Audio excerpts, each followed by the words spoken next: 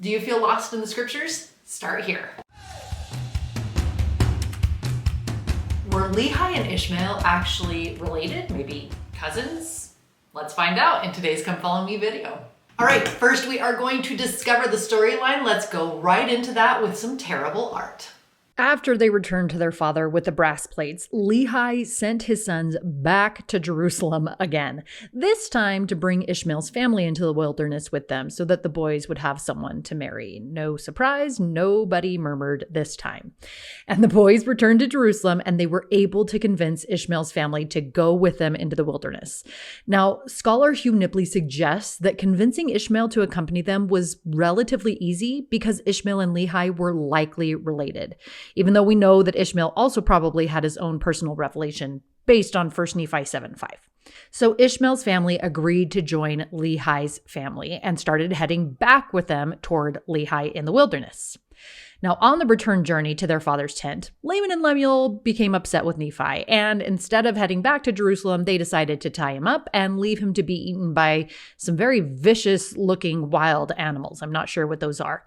Now, this was actually a custom among ancient Near Eastern peoples. Rather than outright killing someone you didn't like, you would leave them to be killed by animals, thus avoiding actually murdering someone. However, Nephi freed himself, and when Laman and Lemuel were about to kill him outright, he was saved by the pleadings of Ishmael's wife and one of Ishmael's daughters and one of Ishmael's sons. The group then made their way back to Lehi and settled into tent life. Now, while they were in the wilderness, Lehi had a remarkable vision of the tree of life. The main components of the vision were a tree with the most delicious fruit, an iron rod that led to the tree, a great and spacious building filled with people mocking those at the tree, and mists of darkness that kept some from making it to the iron rod. After sharing what his father taught, Nephi explained that he made two sets of plates. The large plates were to contain the historical record of his people, and the small plates were to be their spiritual record. And that's what's happening in Come Follow Me this week. I hope you love that terrible art and it made you feel better about the kind of artist you are, because I bet you're better than me. Obviously. All right, now it is time to investigate. We are going to go into that vision that Lehi had. We're going to figure out there are different groups that head toward the tree, but have very different outcomes. And we're going to find out why they had such different outcomes. Let's get into it. Okay, friends, grab your scriptures, grab a pen, a pencil, whatever. We are going to start marking the margins of your scriptures. And what we're going to do is we're going to dive into 1 Nephi chapter 8, where Lehi describes three different groups that attempt to get to the tree of life.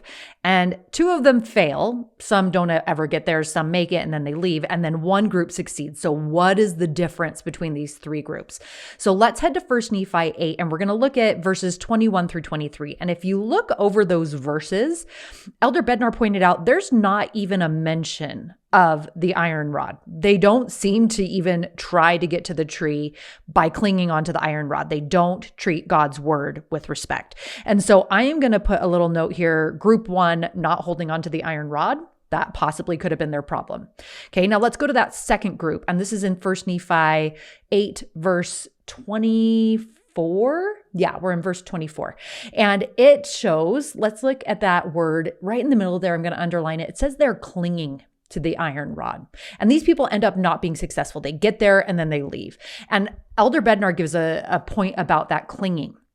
He said, clinging to the rod of iron suggests to me only occasional bursts of study or irregular dipping rather than consistent, ongoing immersion in the word of God. And so in the margin here, I'm going to write group 2, occasional bursts of study. Now let's look at that third group that was successful. And this is in verse 30. And it says in there, I'm going to underline this, it says they were pressing forward.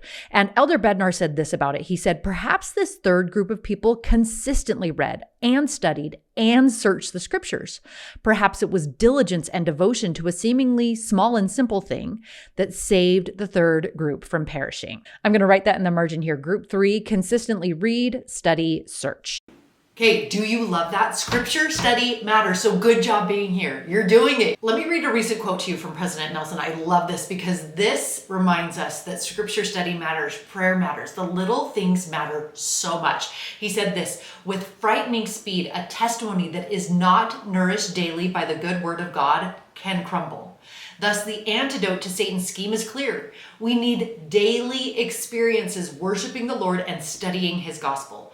I plead with you to let God prevail in your life. Give him a fair share of your time.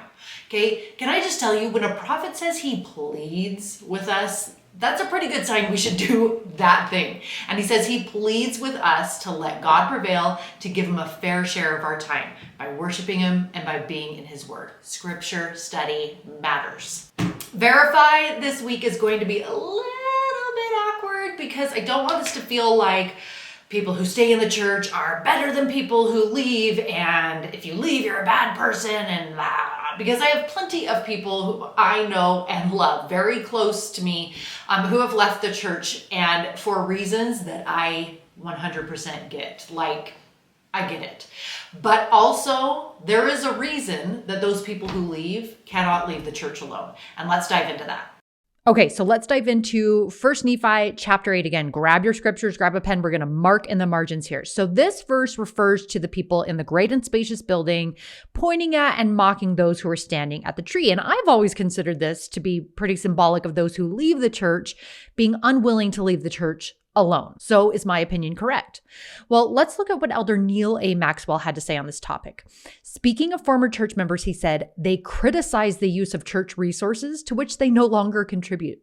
They condescendingly seek to counsel the brethren whom they no longer sustain. Confrontive, except of themselves, of course, they leave the church, but they cannot leave the church alone. Like the throng on the ramparts of the great and spacious building, they are intensely and busily preoccupied, pointing fingers of scorn at the steadfast iron rodders. End quote. So I am going to add a note here in the margins. I'm going to mark that part of the verse, and I am going to add here, they leave the church, but they cannot leave it alone. So are the mockings of those who leave the church a sign that the church is true? Absolutely, they are. But I do want to say it's also not a sign that these people are evil or like inherently bad. Okay, it's just a sign that they're being worked on to stay away from the church, right? It's not enough just to leave. He wants to keep them from returning. All right, evidence. Let's dive into it. So the evidence this week is actually super exciting. So 1 Nephi 7 verse 19. So they are on their way back. Laman and Lemuel and Nephi and Sam are headed back to their father with Ishmael and his family. And everything is going snazzy until Laman and Lemuel decide, and some of the sons of Ishmael decide, hey, we don't want to go. Like, we want to go back to Jerusalem. Why are we heading back to our father? And Nephi calls them out as Nephi does. And he says, hey, what is wrong with you guys? You are like so unwilling to remember all the gifts and all the blessings that God has given us. Come on, let's be faithful. And they're like, we're so tired of you, Nephi. And then this is the kicker. Instead of just being like, forget you, Nephi, and heading back to Jerusalem, they decide, let's leave our brother tied up in the wilderness so that he can be killed. Awesome, right? These are the worst brothers ever. So luckily, Nephi, he prays, he's able to release himself from these cords with which he's bound, and he gets up, and Laman and Lemuel aren't like, oh wow, maybe God just gave him power to untie those cords that we tied so tightly. No, they're like, let's try again. So they go and are about to attack Nephi again, but something important happens, and Joseph Smith would not have known about this, okay? Laman and Lemuel are approached by Ishmael's wife, one of Ishmael's daughters, and one of his sons, but we're not talking about him because he doesn't matter in this part of the story. So Ishmael's wife and one of Ishmael's daughters, and they plead for Nephi's life. And it is at this point that Laman and Lemuel relent, okay? Why would the pleadings of two women have any power over them? Well, here's the thing. Well, what Joseph Smith was very unlikely to know is that in ancient times, for an ancient Israelite, the only way to relent in a situation like this, while still saving face, was by giving into the pleadings of a woman. It was seen as an act of chivalry to change course in response to a woman's pleadings. This was the only way they could save face. I don't know.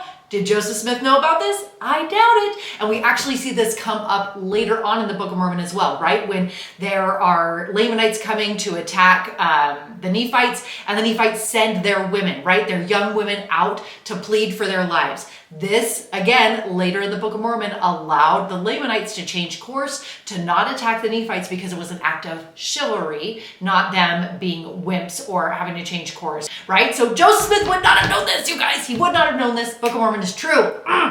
All right, that's it. The scriptures are awesome and so are you, so go dive into them. And remember to subscribe. It helps my video get out to more people so that they can also dive, I did that right, dive into the scriptures with us each week.